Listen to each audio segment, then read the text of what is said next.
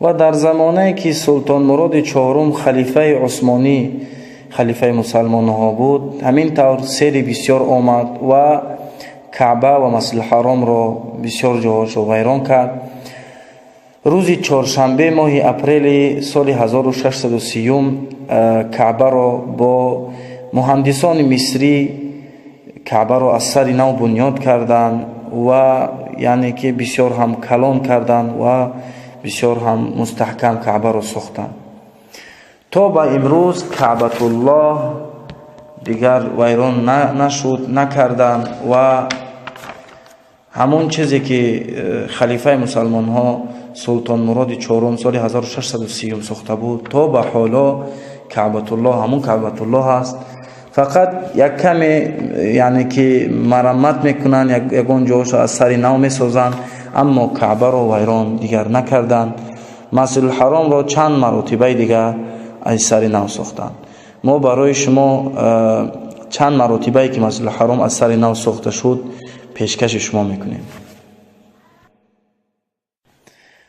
محمد سر و جان من فدای تو، کی بود آن دم که ببینم رخ زیبای تو. و محمد سر و جان من فدای تو، کی بود آن دم که ببینم رخ زیبای تو. و محمد از فراق تو بیقرارم. و محمد یک نظر کن به حال زارم. و محمد چشم و گریان و اشک و بارم. و محمد طاقت هجر تو ندارم. و محمد شدم عاشق شیدای تو، کی بود آن دم که ببینم رخ زیبای تو. و محمد سر و جان من فدای تو، کی بود آن دم که ببینم رخ زیبای تو.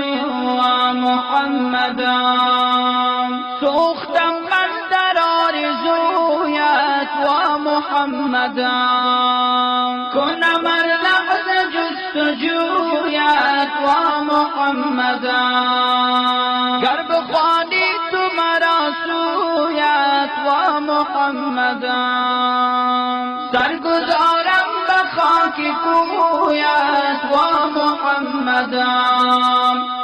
محمد که میمیرم از برای تو، کی بود آن دم که ببینم رخ زیبای تو. و محمد سر و جان من فدای تو، کی بود آن دم که ببینم رخ زیبای تو. و محمد ویسی قرن عاشقی رویت. و محمد گشت مجنون به دشت و کویت. و محمد گشت مجنون به دشت و کویت. و محمد بسته موی و روی و خویت. و محمد چو محبوب کبریای تو، کی بود آن دم که ببینم رخ زیبای تو. و محمد سر و جان من فدای تو، کی بود آن دم که ببینم رخ زیبای تو. و محمد امتان تو پریشان است. و محمد همه در ناله و فغان است. و محمد غرق گناه شده حیران است. و محمد نظری لطف خوش شایان است و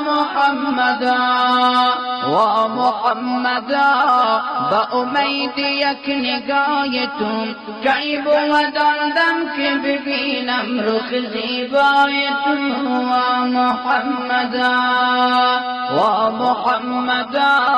سر و جان من فدای تو کی بود آن دم که ببینم رخ زیبای تو و محمدا حال امت زبون و زار است و محمدا همه بیار و غمگسار است و محمدا تن و جان خسته و بیمار است و محمدا لطف کن وعده دیدار است و محمدا